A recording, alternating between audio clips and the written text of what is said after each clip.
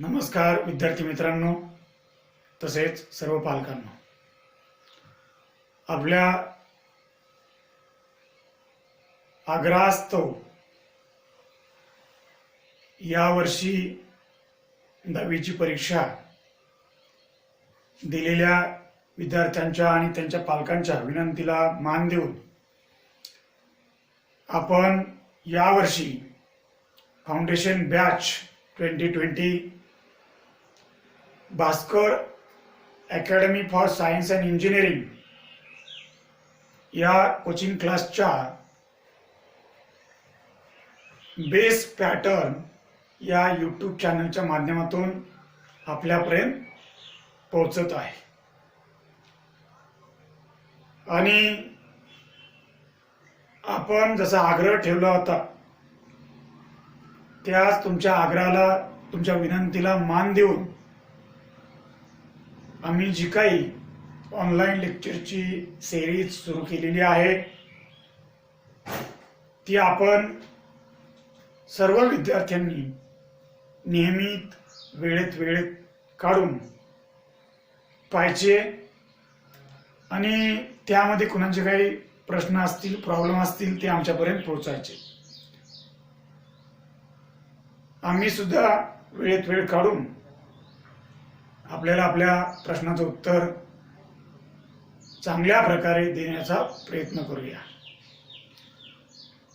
ही batch घेत असताना आपल्याला नीट, JEE किंवा इतर काही कॉम्पिटिटिव्ह एक्झाम द्यायच्या असतील त्याची तयारी करण्यासाठी एक बेस किंवा फाउंडेशन तयार होईल. या पद्धतीने आपण याच्यामध्ये सर्व कन्सेप्ट सायन्स आणि मॅथमॅटिक्सचे क्लिअर करत आहोत. आणि आज आपण सायन्सचं पहिलं लेक्चर, जे की यावर्षी 10वीची परीक्षा दिलेले विद्यार्थी असतील,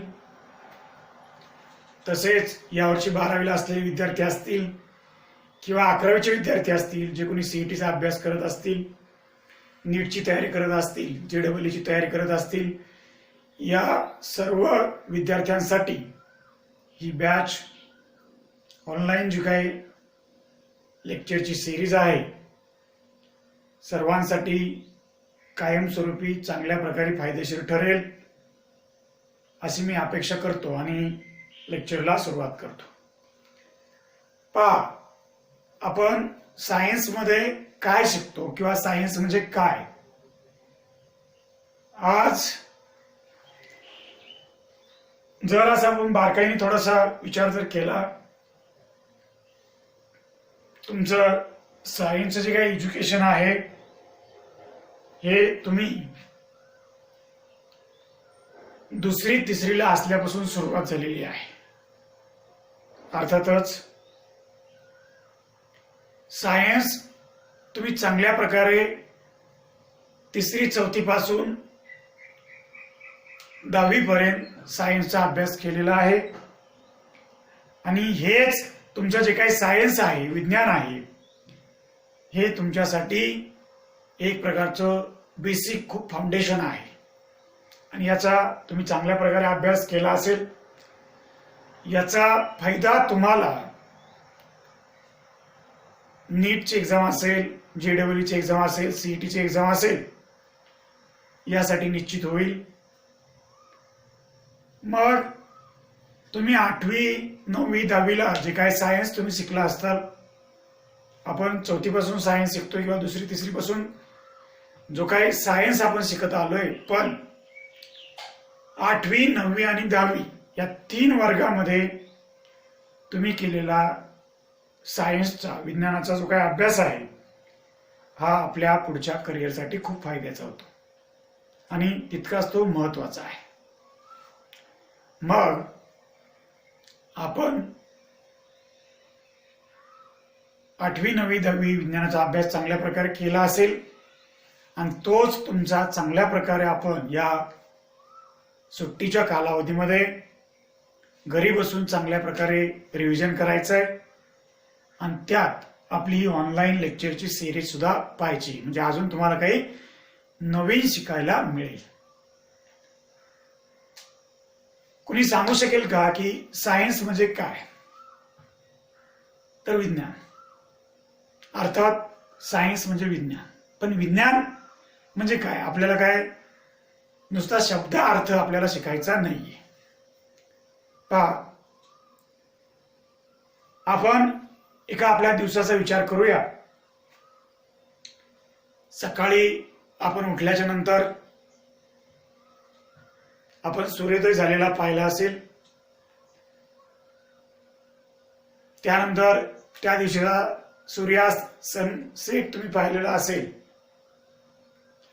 मग हे जे काही आपल्या भोवती अशा वेगवेगळ्या घटना, वेगवेगळ्या प्रक्रिया, वेगवेगळे प्रोसेस, वेगवेगळे फेनॉमिनॉन आपल्या आसपास घडत असतात आणि या सगळ्यांचा आपण बारकाईने अभ्यास करत असतो. पहा, आपल्या सराउंडिंग मध्ये, अर्थातच आपल्या भोवती, आपल्या पूर्ण परिसरामध्ये काही ना काहीतरी नवनवीन घडत असते, काहीतरी आपल्याला पाहायला मिळते. लक्षात घ्या, आपल्या घरामध्ये लावलेले बल्ब आपल्याला लाईट देत असतील. आपल्या घरामध्ये आपण प्रेशर कुकर लावलेला असेल, आपल्या घरामध्ये फ्रीज असेल, आपल्या घरामध्ये फॅन चालू असेल, आपल्या घरामध्ये एसी असेल.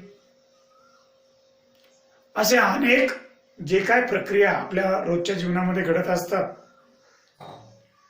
या सर्वांचा एक सिस्टमॅटिक स्वरूपाने जो काही आपण अभ्यास जर केला, त्याचा जर आपण स्टडी जर केला, तर त्यालाच आपण एकंदरीत आपण सायन्स म्हणतो. म्हणजे अर्थातच science deals with the two study of the natural और आर्टिफिशियल डिफरंट फेनॉमिनॉन्स अराउंड दी अस. आपल्या आसपास काही नैसर्गिक प्रक्रिया घडतात आणि काही घडून आणल्या जातात. असं नाही की सगळ्याच नैसर्गिक आहेत, काही आपण घडून आणतो. अशा एकानं अनेक प्रक्रिया आपल्या आसपास घडत असतात आणि या सगळ्यांचा आपण योग्य रीतीने एक सिस्टमॅटिक प्लॅन नुसार जर आपण त्याचा स्टडी जर केला, तर आपल्याला काय होतं, एक सायन्सचा आपल्याला अभ्यास केल्याचा आपल्याला जाणवतं. घरामध्ये आपण हार्मोनियम वाजवत असू, घरामध्ये आपण तबला वाजवत असू, तर हे सुद्धा एक प्रकारचं जे काय साऊंड प्रोड्यूस केला जातो, हे सुद्धा एक प्रकारचं विज्ञानच आहे. आपल्या घरामध्ये बल्ब लागतो, त्याच्यामधून लाईट इमिट होते, लाईट रेज आपल्याला पाहायला मिळतं.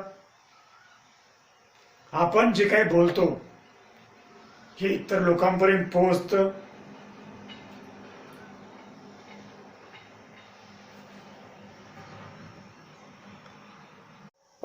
अर्थात सायन्स म्हणजे काय हे थोडक्यात तुम्हाला समजलेलं आहे.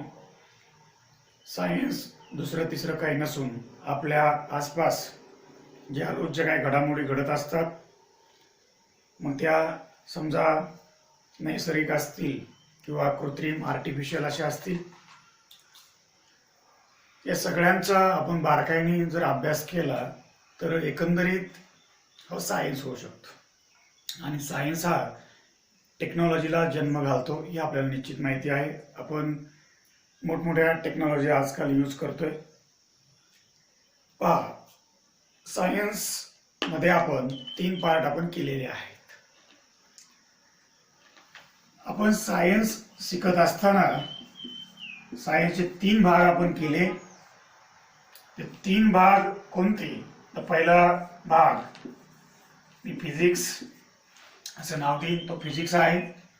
दुसरा जो आहे तो केमिस्ट्री आहे. तिसरा जो आहे तो बायोलॉजी. असे 3 पार्ट आपण या सायन्सचे केले आणि आपल्या अभ्यासक्रमामध्ये आपण याचा बारकाईने अभ्यास करत आहोत.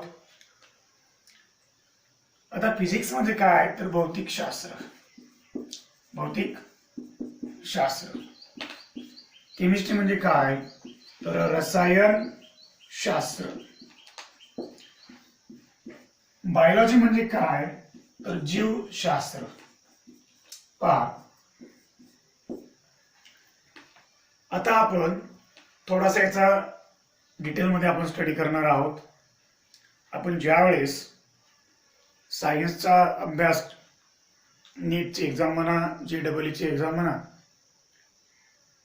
या आणि इतर कोणत्याही वेगवेगळ्या कॉम्पिटेटिव्ह एक्झाम असतील त्यासाठी आपण प्रिपरेशन करत असतो, त्यावेळेस आपल्याला सायन्स आपल्याला पूर्ण स्टडी करावं लागतं. सायन्स आपल्याला कोणताही एक पार्ट स्टडी करून चालत नाही, तर कंबाईनली आपल्याला आपल्या फील्डचा स्कोप पाहता आपल्याला फिजिक्स, केमिस्ट्री आणि बायोलॉजी डीपमध्ये वेगवेगळ्या त्याचे भाग करून आपल्याला शिकावं लागतं. पहा, आपण पुढे जात असताना, सायन्स समजून घेत असताना आपण त्याच्यामध्ये फिजिक्स जो काही भाग आहे, फिजिक्स काय असतं ते आपल्याला समजून घ्यायचं. आता फिजिक्स म्हणजे काय? Physics is the branch of science which deals with to study of different physical phenomena around us. आपल्या आसपास वेगवेगळे प्रोसेस, वेगवेगळ्या प्रक्रिया घडत असतात. मग अशा ज्या काही भौतिक प्रक्रिया आहेत, ज्या काही फिजिकल फेनॉमेनॉन्स आहेत, त्यांचा बारकाईने जर आपण अभ्यास केला तर आपण याला फिजिक्स असं म्हणतो. आता केमिस्ट्री म्हणजे काय? केमिस्ट्रीकडे येऊया थोडंसं. It is also the branch of science which deals with to study of some of the chemical phenomenons, chemical reactions, something else. केमिकलच्या बाबतीमध्ये आपण जो काही स्टडी करतोय त्याचा आपल्याला एकदम डिटेलमध्ये स्टडी करायचं जर असेल तर आपल्याला केमिस्ट्रीचा अभ्यास निश्चित आपल्याला करावा लागेल. आता पुढे जाऊया. बायोलॉजी. बायोलॉजीचा अभ्यास आपण करत आहेत आणि बायोलॉजीचा अभ्यास ही सुद्धा एक सायन्सची ब्रँच आहे. त्याच्यामध्ये आपल्याला काय शिकायला मिळतं? याच्यामध्ये लिव्हिंग ऑर्गॅनिझमच्या ज्या काय प्रक्रिया आहेत, म्हणजे लिव्हिंग ऑर्गॅनिझम कसा तयार होतो, इथपासून तो कसा डेथ होतो, त्याच्या पूर्ण आयुष्यामध्ये त्याला कुठकुठल्या प्रोसेसला फॉलो करावं लागतं, कुठल्या प्रोसेस त्याच्याकडून होत असतात. All such process are done in the biology. सगळ्या प्रोसेस ज्या काय असतील तेवढ्या ऑल प्रोसेस आपण त्या बायोलॉजीमध्ये, बायोलॉजिकल फेनॉमेनॉन्स आपण त्याला म्हणू शकतोय. अशा अनेक बायोलॉजिकल फेनॉमेनॉन्स आपल्याला बायोलॉजीमध्ये स्टडी करता येतात. पहा, तुम्हाला मी सायन्सचे फाउंडेशन बॅचमध्ये किंवा फाउंडेशनचे जे काही कन्सेप्ट शिकवत असताना आपल्याला जास्त फोकस हा फिजिक्सवरती करायचा आहे. म्हणजेच इव्हन दो बायोलॉजी आणि केमिस्ट्री जरी आपल्याला खूप महत्वाचा जरी असेल, पण माझा जो काही विषय आहे त्या विषयाला अनुसरून मी तुम्हाला जे काही कन्सेप्ट आहेत, अर्थातच फिजिक्सचे जे काही कन्सेप्ट आहेत ते मी तुम्हाला सांगणार आहे. पहा, या तिन्ही विषयामध्ये जर आपण थोडंसं अभ्यास जर केला त्याच्यामध्ये आपल्याला जो काय फिजिक्स आहे तो सगळ्यात कठीण वाटतो किंवा कठीणच आहे. फिजिक्स म्हणजे असं दुसरं तिसरं काही नसून ते एक मॅथमॅटिकलच पार्ट आहे. ज्याचं मॅथ चांगला असेल त्याला फिजिक्स सहज समजतो आणि ज्याचा फिजिक्स चांगला आहे त्याला कुठल्याही एक्झाम मध्ये चांगल्या प्रकारचा स्कोअर करता येतं. इव्हन तो डॉक्टर व्हायचा असेल, नीट तुम्ही देऊ शकताय. तुम्हाला चांगला इंजिनियर व्हायचं असेल तरी सुद्धा तुम्हाला फिजिक्स चांगलं यायला पाहिजे. म्हणजेच तुम्हाला मॅथ हा विषय जरी आवडीचा नसेल तरी सुद्धा सगळ्यांनाच माझं सांगणं आहे, तुम्हाला फिजिक्स चांगल्या प्रकारे करायचं आहे तर त्यासाठी तुम्हाला मॅथ हा विषय चांगला समजून घ्यावा लागेल. ज्याचा मॅथ चांगला त्याचा फिजिक्स ऑलवेज चांगला राहतो. आणि फिजिक्समध्ये एकदा तुमचा स्कोअर झाला की ऑलवेज तुमची JEEची परीक्षा असेल किंवा नीटची परीक्षा असेल याच्यामध्ये तुमचा स्कोर होतो म्हणजे होतोच. असं नाही की फिजिक्सला जरी आपण ऑप्शनला सोडलं आणि केमिस्ट्री बायोच्या जीवावरती आपण जास्त मार्क मिळवू शकतो असं होत नाहीये. जे आज देशामध्ये जे काही टॉपर येतात या एक्झाममध्ये त्या मुलांचा फिजिक्सचा स्कोर एकदम चांगला असतो, एकदम गुड असतो. लक्षात घ्या, ज्याचा फिजिक्सचा स्कोर चांगला त्याचा ओव्हरऑल स्कोर चांगला असेल, पण ज्याचा फिजिक्स वीक आहे त्याचा कुठला स्कोर तुम्हाला वाढवता येत नाही. दोन्ही एक्झामचा जर आपण विचार केला, JEE असेल किंवा नीट असेल, या दोन्ही एक्झामसाठी फिजिक्सला खूप महत्व आहे. मग तुमचं असं म्हणणं असेल, जर आम्हाला फिजिक्सचा अभ्यास करायचा आहे पण मॅथ आमचा विषय नाहीये, आम्ही का एनर्जी वेस्ट करायची? बऱ्याच जणांचं असं म्हणणं असतं, आम्हाला फिजिक्स आहेच, मग फिजिक्सचा चांगला अभ्यास केला तर फिजिक्स चांगला होऊ शकेल अजून. मग जो मॅथला वेळ द्यायचा आहे तोच फिजिक्सला द्यायचा आणि फिजिक्सचा बी वेळ फिजिक्सला द्यायचा. म्हणजे एकंदरीत आपण जेवढा काय आपल्याला वेळ द्यायचा आहे, जेवढा काय आपला फोर्स लावायचा तो फिजिक्सला आपण 2 वेळेस अभ्यास करूया, जास्त वेळ बाकीच्या विषयापेक्षा फिजिक्सला देऊया. पण तसं केलं तरी फिजिक्स आपला कव्हर होत नाही. का तर आपल्याला फिजिक्स समजून घेण्यासाठी मॅथमॅटिकल कन्सेप्ट आपल्याला चांगले समजून घ्यावे लागतात.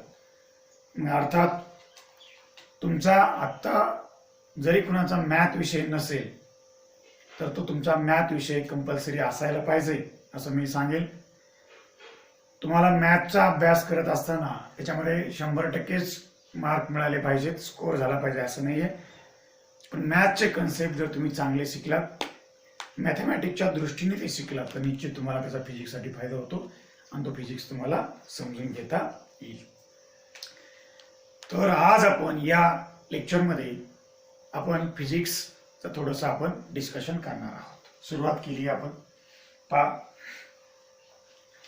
फिजिक्स आपल्याला समजून घ्यायचंय. जसं सायन्सची ब्रँच फिजिक्स, केमिस्ट्री आणि बायोलॉजी आहे, तसं फिजिक्सच्या बी काही ब्रँचेस आहेत. फिजिक्स काय आहे हे तुम्हाला समजलंच असेल.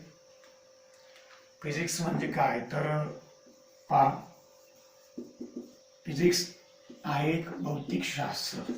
त्याचं शुद्ध मराठी, हिंदी किंवा संस्कृतमध्ये जर सांगायचं झालं त्याचा अर्थ हे आहे भौतिक शास्त्र.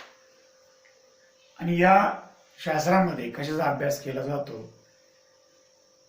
सायन्समध्ये म्हणजेच आपल्या आसपास आपल्या परिसरामध्ये जेवढे काही फिजिकल फेनॉमिनॉन्स होत असतील ते सगळे फिजिकल फेनॉमिनॉन्स म्हणजेच फिजिक्स यांचा जो अभ्यास असेल, याचे मांडलेले जे लॉज असतील, डिफरंट थिअरीज असतील, डिफरंट कन्सेप्ट असतील, या सगळ्यांचा इंटर रिलेशन मध्ये जो काय आपण स्टडी करतो एकंदरीत तो फिजिक्स आहे. मग आपण फिजिक्सचा अभ्यास करत असताना समजा कशाचा अभ्यास केला, अर्थात तुम्ही सायन्सचा अभ्यास चांगल्या प्रकारे केला आहे आणि या सायन्सच्या स्टडीमध्ये तुम्ही फिजिक्स काय कन्सेप्ट तुम्ही स्टडी केलेले आहेत 8वी 9वी 10वी मध्ये. काय सांगता येईल की फिजिक्स म्हणजे काय? की आपण सांगितलं काय की एखादं म्युझिकल इन्स्ट्रुमेंट साऊंड प्रोड्यूस करतं. म्युझिकल इन्स्ट्रुमेंट जसं की हार्मोनियम, तबला किंवा फ्ल्यूट असेल, बासरी आपण म्हणतो. हे वेगवेगळे म्युझिकल इन्स्ट्रुमेंट्स काय करतात? साऊंड प्रोड्यूस करतात. म्हणजे साऊंड प्रोड्यूस होण्यामागे सुद्धा काय आहे? विज्ञान आहे, फिजिक्स आहे. लक्षात घ्या. दुसऱ्या बाजूला एखादा लाईटचा सोर्स असेल तर तो लाईट काय करतो? प्रोपोगेट करतो. ती लाईट प्रोपोगेट होऊन एका सोर्स पासून ती कुठेतरी लॉंग डिस्टन्स वरती डेस्टिनेशन पर्यंत पोहोचते. याचा अर्थ ती एक वेव्ह आहे. ती वेव्ह प्रोपोगेट होते आणि लांब अंतरावरती जाते. मग त्याच्या प्रॉपर्टी, त्याचा स्पीड, त्याची वेव्हलेंथ काय असेल ते आपण सांगू शकतो. दुसऱ्या बाजूला आपण घरामध्ये जो काय फॅन लावतो तो फॅन काय करतोय? लक्षात घ्या, फॅन आपल्याला रोटेशन होऊन तो आपल्याला काय करतोय? गार अशी हवा देतो. लक्षात घ्या. मग याच्या मागे सुद्धा फिजिक्स आहे. पहा, आपण वर्षभरामध्ये जे काही डिफरंट ऋतू पाहतो आपण, सीझन पाहतो, हे सीझन मी पाहिले असतील आपल्याकडे. समर असेल, मान्सून असेल, विंटर असेल, हे जे काय सीझन पडतात किंवा याची जी काही आपल्याला परिस्थिती अनुभवायला मिळते, हे सुद्धा एक फिजिक्स आहे. म्हणजे आपल्याला डिफरंट कन्सेप्ट इथं सांगता येतील. आपण न्यूटनचे डिफरंट लॉज आपण पाहिले असतील, force, motion, thermodynamics, temperature, energy, power, current, electricity, electrostatic, magnet, magnetism, electromagnetic induction. आता जे काय लेटेस्ट अलीकडे आपण आजच्या जगात जे काय जगत आहोत, तर आपल्याला मोबाईल फोनची खूप गरज आहे. आणि आपलं कम्युनिकेशन हे वायरलेस कम्युनिकेशन आहे. ही एक लेटेस्ट टेक्नॉलॉजी आहे आणि याचा उपयोग करून सुद्धा आपण चांगल्या प्रकारे कम्युनिकेशन करू शकतो. हे सुद्धा एक प्रकारचं फिजिक्स आहे. आपण पाहिलं असेल की कॉम्प्युटरमध्ये किंवा आपल्या टीव्ही मध्ये जे काय बदल होत गेला, जे इनोव्हेशन होत गेलंय, याच्या मागं फिजिक्स मध्ये असलेला सेमी कंडक्टिंग डिव्हायसेस किंवा सेमी कंडक्टर्स जे काय आहेत याचं योगदान आहे. ते सुद्धा एक प्रकारचं फिजिक्स आहे. मग आपल्याला प्रत्येक गोष्टीमध्ये आपण जीवन जगत असताना आपल्याला फिजिक्सचा प्रत्येक ठिकाणी आपल्याला एक्सपिरियन्स येतो, अनुभव होतो. लक्षात घ्या. आता फिजिक्सचा जो काही स्टडी आपण करतो त्याच्यामध्ये फिजिक्सच्या काय बऱ्याचशा ब्रँचेस केलेल्या आहेत. पहा, जे काय आपण फिजिक्स शिकतो त्या फिजिक्सचे आपण बेसिकली 2 पार्ट आपण केलेले आहेत. किती भाग आहेत? The such of physics is classified into 2 parts. 2 part आहेत. एक जो आहे तो आहे मायक्रोस्कोपिक फिजिक्स. हे मायक्रोस्कोपिक आहे. मायक्रोचा अर्थ तुम्हाला माहिती आहे. मायक्रो म्हणजे काय? एकदम लहान, एकदम नाजूक, असं एकदम असं निग्लिजिबल असं काहीतरी, एकदम स्मॉलेस्ट असा पार्टिकल किंवा स्मॉलेस्ट असा भाग आहे. आणि त्या स्मॉलेस्ट थिंगचा आपल्याला स्टडी करायचा आहे, म्हणजे मायक्रोस्कोपिक. आणि दुसऱ्या बाजूला मॅक्रोस्कोपिक. काय? मॅक्रोस्कोपिक फिजिक्स आहे. मॅक्रोचा अर्थ मोठा, जायंट. आपल्या मायक्रोस्कोपिक म्हणजे काय? We can see the something or anything with naked eye. आपण उघड्या डोळ्याने जी काय अशी एखादी गोष्ट आपण बघू शकतो त्याला आपण मायक्रोस्कोपिक म्हणतो. काय म्हणतो आपण त्याला? मायक्रोस्कोपिक आपल्याला म्हणता येतं. आणि जी आपण आपल्या डोळ्यांनी आपण बघू शकत नाही, तिला स्पर्श करू शकत नाही, त्याला काय म्हणायचं? मायक्रोस्कोपिक म्हणायचं. पहा, आता मायक्रोस्कोपिक स्टडी काय आहे? The microscopic is the branch of physics in which we can study like nuclear physics, atomic physics, molecular physics and biophysics. बघा, ज्या फिजिक्सच्या ब्रँच मध्ये आपण न्यूक्लिअर फेनॉमेनॉनचा स्टडी करतो. न्यूक्लियस, एखाद्या जो आहे तुमच्याकडं एखादी पार्टिकल आहे, जो तुमच्याकडं ॲटम आहे, काहीतरी आहे आपल्याकडे, आणि त्याचा आपण काय करतोय? एकदम बारकाईने, एकदम नाजूक अशा प्रकारचा पार्ट आहे. समजा जसं की एखादं ॲटॉमिक मॉडेल असेल, एखादा न्यूक्लियसचा कन्सेप्ट असेल, इलेक्ट्रॉन्स असतील, फोटॉन्स असतील, न्यूट्रॉन्स असतील आणि मेनी मोर. याच्यामध्ये जे काय भाग असतील त्या सगळ्यांचा आपण काय करू शकतो? न्यूक्लिअर फिजिक्स आपल्याला म्हणता येतं. ॲटॉमिक स्ट्रक्चर सुद्धा, ॲटॉमिक फिजिक्स सुद्धा आपल्याला सांगता येईल. याचं ॲटॉमिक फिजिक्स, न्यूक्लिअर फिजिक्स, यालाच आपण याच्यामध्ये कशात आपण स्टडी करू शकतो? द इलेक्ट्रॉन्स, द फोटॉन्स, त्यानंतर न्यूट्रॉन्स, प्रोटॉन्स,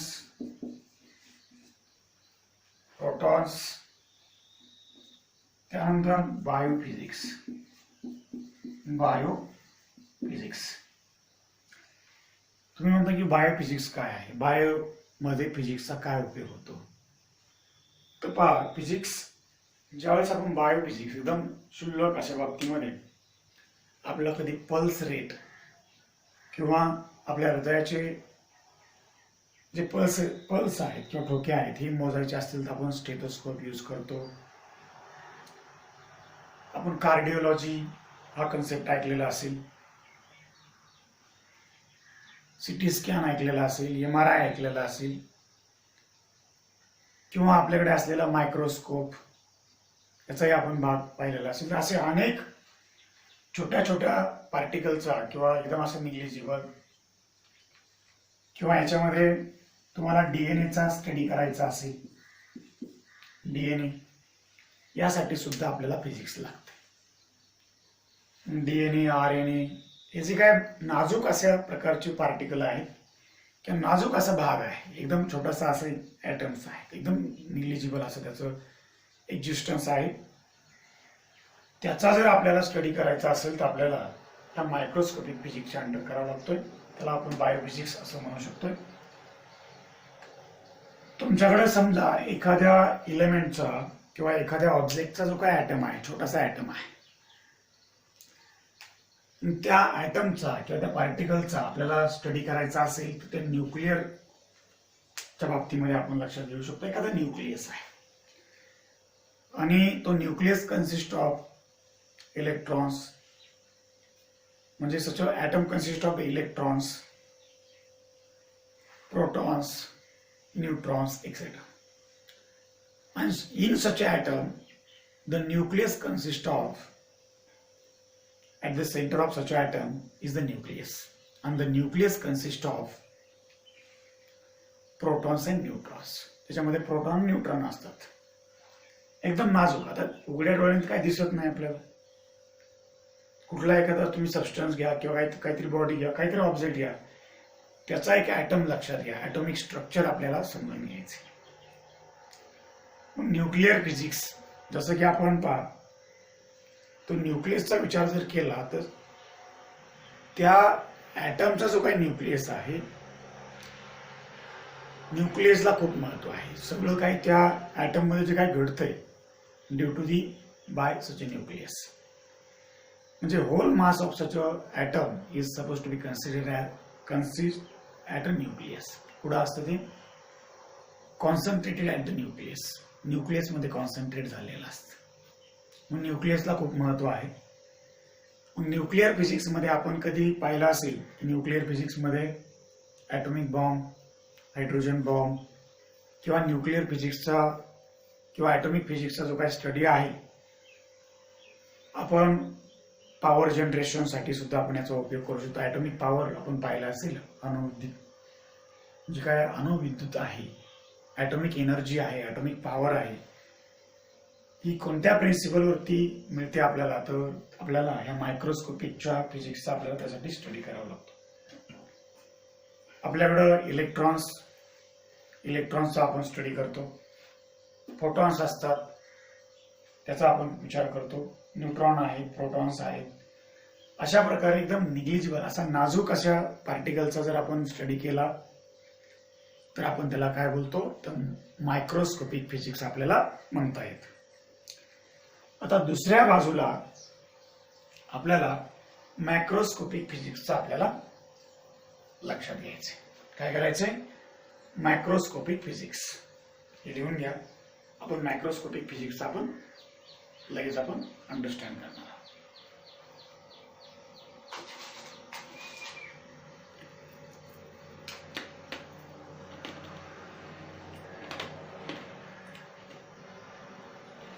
पहा, मॅक्रोस्कोपिक जे काय फिजिक्स आहे, मॅक्रोस्कोपिक फिजिक्स मध्ये म्हणजे आपण सहज त्याचा अभ्यास करत असताना आपल्याला ते ऑब्जेक्ट, ते इन्स्ट्रुमेंट जे काय आहे ते काय होतं, उघड्या डोळ्याने आपल्याला दिसतं. बरोबर आहे, जायंट अशा प्रकारचा. मग समजा आपण जमिनीवरती काही ऑब्जेक्ट ठेवून त्याचा अभ्यास करू शकतो, लॅबोरेटरीमध्ये आपण त्याचा स्टडी करू शकतोय. अर्थातच आपण ॲस्ट्रॉनॉमिकल काही गोष्टी आपण पाहिलेल्या असतील.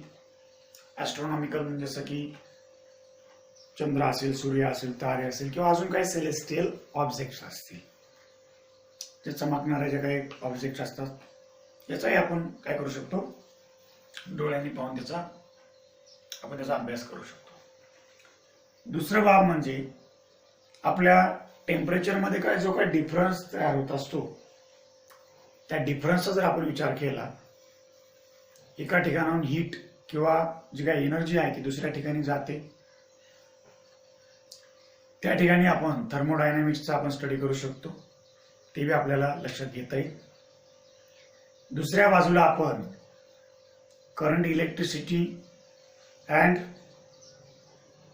इलेक्ट्रोस्टॅटिकचा आपण स्टडी करू शकतो, हे सुद्धा मॅक्रोस फिजिक्स आहे. दुसऱ्या बाजूला इलेक्ट्रोडायनामिक्स ऑर द इलेक्ट्रोमॅग्नेटिक हा जो काय पार्ट आहे,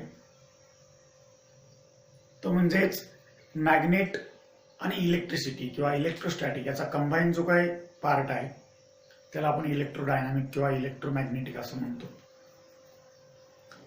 त्याच्या पुढे जाऊन आपण वेव्ह कन्सेप्ट किंवा वेव्ह ऑप्टिक्स हा आपण पॉइंट आपण स्टडी करू शकतो, हे आपल्याला त्याच्यामध्ये सांगता येईल. त्याच्या पुढे जाऊन आपण साऊंड जो काय प्रोड्यूस होतो, साऊंड एनर्जी असेल किंवा साऊंड जे काय आपण प्रोड्यूस करतो, त्याला अकॉस्टिक असंही म्हणतात. अकॉस्टिक्स हा जे काय फिजिक्स आहे, हे आपल्याला मॅक्रो फिजिक्स मध्ये आपल्याला त्याचा उल्लेख करता येतो, लक्षात घ्या.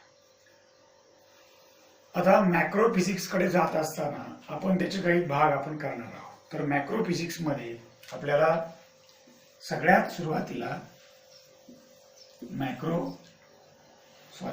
मॅक्रोस्कोपिक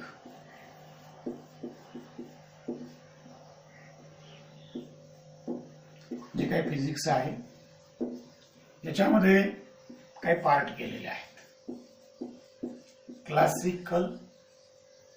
क्लासिकल फिजिक्स म्हणजे जे की परंपरागत, पूर्वीपार क्लासिकल अशा प्रकारचं, म्हणजे सुरुवातच इथून झालेली असं लक्षात घ्यायचं. नंतर काही इनोव्हेशन झाले असतील, नवीन नवीन जे इनोव्हेशन झाले ते नंतर लेटर ऑन त्यात ऍड केले, पण सुरुवातीला जे काय आहे ते समजा आपण याच्यामध्ये काय इन्क्लूड होतं आपल्याला माहिती आहे. मेकॅनिक्स काय आपण लक्षात घेऊया. मेकॅनिक्स ही ब्रँच आहे फिजिक्सची, म्हणजे ती क्लासिकल जरी फिजिक्स मध्ये येत असेल, mechanics is the branch of physics in which to study the laws of motion. Motion खूप महत्वाचे आहे. जेव्हा जेव्हा एखादी ऑब्जेक्ट आपण मुवमेंट करतो, तिला मोशन आपण प्राप्त करतो, तेव्हा मेकॅनिक्स हा पार्ट येतो. याच्यामध्ये आपण फोर्स असेल किंवा न्यूटनचे लॉज असतील, आपण 3 लॉज ऑफ द मोशन किंवा 3 laws of the physics are the Newton's law of physics आहेत. त्याच्यामध्ये फोर्स असेल, त्याच्यामध्ये वर्क असेल, देन एनर्जी असेल, पॉवर असेल, या सगळ्यांचा आपण स्टडी करतो. क्लासिकल फिजिक्स मध्ये आपल्याला अजून काही पार्ट मध्ये आपल्याला पाहता येईल. याच्यामध्ये थर्मोडायनामिक्स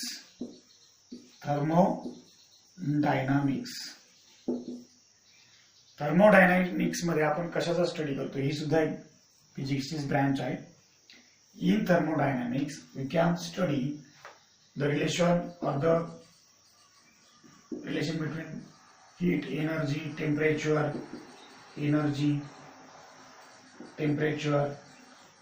किंवा पुढे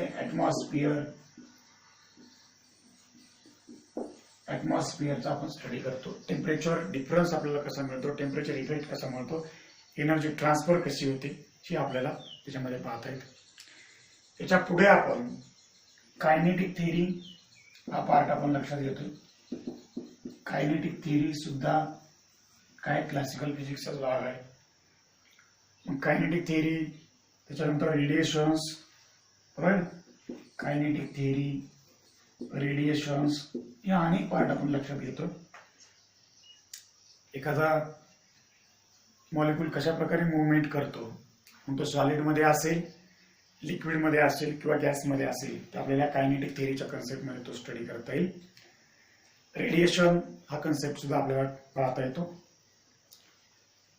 समजा आपल्याकडे जी काही एनर्जी आहे ती ही एनर्जी समजा मुवमेंट करत असेल, एका ठिकाणाहून दुसऱ्या ठिकाणी जर जात असेल, त्याचे काही मोड असतात. तो सुद्धा कन्सेप्ट आपल्याला कायनेटिक थिअरी, थर्मोडायनामिक्स या कन्सेप्ट खाली आपल्याला शिकायला मिळेल. याच्यामध्ये अजून काय आपल्याला पाहायला मिळेल लक्षात घ्या. असे अनेक भाग आहेत, हे लिहून घ्या सगळ्यांनी.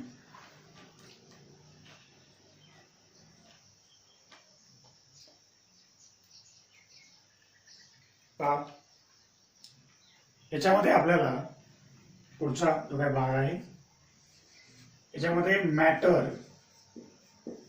अँड एनर्जी हा जो काय कन्सेप्ट आहे हा सुद्धा आपल्याला स्टडी करायला मिळतो. एखादा ऑब्जेक्ट असेल, त्याला काहीतरी मास असतं, म्हणजे ते मॅटर आहे, तो काहीतरी एनर्जी प्रोपोगेट करू शकतोय, एनर्जी ट्रान्सफर करू शकतोय, असे आपण अंडरस्टँड करू शकतोय. आता पुढचा जो भाग आहे, तो पुढच्या भागाकडे जाऊया आपण. पुढचा पार्ट आपल्याला लक्षात घ्यायचा आहे तो म्हणजे वेव्ह ऑप्टिक्स किंवा वेव्ह फिजिक्स. कोणता? वेव्ह ऑप्टिक्स किंवा वेव्ह फिजिक्स. वेव्ह फिजिक्स किंवा वेव्ह ऑप्टिक्स. या वेव्ह ऑप्टिक्स मध्ये आपल्याला कशाचा स्टडी करायचा आहे, तर we have to understand the wave. Wave आपल्याला समजून घ्यायची. जेव्हा एनर्जी प्रोपोगेट होत असेल पण मॅटर प्रोपोगेट होत नसेल, आपण त्याला वेव्ह म्हणतो. Transfer of the energy without actual transfer of the matter is non as a wave. या वेव्ह फिजिक्स मध्ये आपल्याला बराच काही कन्सेप्ट आपल्याला लक्षात घ्यायचा आहे. याच्यामध्ये different types of the wave असेल, मग साऊंड वेव्ह असेल किंवा लाईट वेव्ह असेल, किंवा आपल्याला बरेचसे काही कन्सेप्ट आपल्याला शिकायचे. वेव्ह फिजिक्स खूप चांगल्या प्रकारचा अशा प्रकारे आहे. मग त्या ठिकाणी आपल्याला different phenomenas of the sound, how to produce the sound, म्हणजे वेव्ह मध्ये आपण अजून दोन पार्ट करू शकतो. वेव्ह ऑप्टिक्स म्हणजे लाईट. ऑप्टिक्स म्हणजे काय? लाईट. आणि साऊंड म्हणजेच काय? अकॉस्टिक्स. अकॉस्टिक्स म्हणजे साऊंड फिजिक्स, लक्षात घ्या. आणि ऑप्टिक्स एक प्रकारे लाईटचं फिजिक्स जे काय आहे ते. म्हणजेच आपल्याला अर्थातच काय करता येईल, त्या वेव्हच्या कन्सेप्टमध्ये असे अनेक कन्सेप्ट आपल्याला, याच्यामध्ये डिफरंट फिनॉमिनाज ऑफ लाईट आपल्याला पाहता येतील. साऊंडचे काय आपल्याला डॉपलर इफेक्ट असेल, किंवा how to produce the sound, how to play music with the help of some of the musical instruments like sitar, guitar, flute, drum, tabla किंवा पाईप, मेनी मोर. लक्षात घ्या. असे अनेक आपण काय करू शकतो, वेगवेगळ्या प्रकारचे व्होकल्स जे काय आहेत साऊंड प्रोड्यूस करण्यासाठी वेगवेगळे इन्स्ट्रुमेंट आपण पाहतो. किंवा आपल्याकडे ट्युनिंग फोर्कचा कन्सेप्ट असेल, ट्युनिंग फोर्क तो सुद्धा आपण पाहायचाच आहे. या लाईटच्या फिजिक्स मध्ये आपल्याला काय शिकायचं, तर लाईटचे वेगळे फिनॉमिनॉन्स आहेत. लाईट वेव्हच्या काही वेगवेगळ्या थिअरीज आहेत. लाईट वेव्हच्या theories wave theory of light आहे. त्याच्यामध्ये मग न्यूटनची थिअरी असेल, हायजिनची थिअरी असेल, असे बरेचसे कन्सेप्ट, मॅक्सवेल असेल, मॅक्स प्लँक असेल, फॅकॉल्ट असेल, असे अनेक शास्त्रज्ञ किंवा सायंटिस्टच्या थिअरी आपण लाईटच्या कन्सेप्टमध्ये पाहणार आहोत. त्यानंतर reflection of light, refraction of light, dispersion of light, interference and diffraction of light, polarisation of light, असे अनेक कन्सेप्ट आपल्याला लाईटच्या किंवा ऑप्टिक्सच्या पार्टमध्ये आपल्याला स्टडी करायचे. बरोबर आहे. त्याच्यामध्ये आपल्याला लेन्सचा सुद्धा आपल्याला लक्षात घ्यायचे. फिजिक्समध्ये लेन्स हा सुद्धा पार्ट आपल्याला खूप चांगल्या प्रकारे स्टडी करायचा आहे. तर आपण सगळा जो काही भाग आहे या वेव्ह फिजिक्स मध्ये आपण स्टडी करणार आहोत. आता त्याच्यानंतर पुढचा पार्ट जो आहे फिजिक्सचा तो आपल्याला लक्षात घ्यायचा आहे, तो म्हणजे जिओ फिजिक्स. जिओ फिजिक्स. जिओफिजिक्स म्हणजे काय, तर आपल्याला पृथ्वीच्या बाबतीमध्ये जेवढे काय फेनॉमेनॉन्स असतील, जिओ म्हणजे अर्थच्या बाबतीमध्ये जेवढे काय असतील, म्हणजे याचा अर्थ ग्रॅव्हिटेशन जे काय आहे ते आपल्याला लक्षात घेता येईल. त्याचे काय कन्सेप्ट असतील ग्रॅव्हिटेशनचे, ते बी आपल्याला स्टडी करता येतील याच्यामध्ये. मग केप्लर्स लॉ असतील, प्लॅनेटरी मोशन असेल, किंवा अनेक जे काय बाबी आहेत, आपल्याला हा जो काय जिओफिजिक्सचा जो काय कन्सेप्ट आहे तो आपल्याला मेकॅनिक्सच्या अंडर सुद्धा आपल्याला स्टडी करता येईल. लक्षात घ्या. म्हणजे अर्थच्या बाबतीमध्ये जिओफिजिक्स, आणि समजा जिओफिजिक्सचा अर्थ आपण जिओग्राफी सुद्धा आपण करू शकतो. Geography is one of the geophysics. लक्षात घ्या. पूर्ण अर्थचा स्टडी आपल्याला या ठिकाणी करता येतो. मग इंटरनल पार्ट असेल अर्थचा, एक्सटर्नल पार्ट असेल, अर्थ कशा प्रकारे रोटेशन करतंय, अर्थचे काय वेगळे याच्यामध्ये व्हल्कनायझेशन असेल, भूकंप किंवा सुनामी येतात, वेगळे म्हणजे प्रत्येक पार्ट आपल्याला काय करता येईल या जिओफिजिक्स मध्ये आपल्याला स्टडी करता येतो. लक्षात घ्या. आता पुढचा जो पार्ट आहे तो आहे ॲस्ट्रॉनॉमी आणि ॲस्ट्रोफिजिक्स. काय? Astronomy and astrophysics.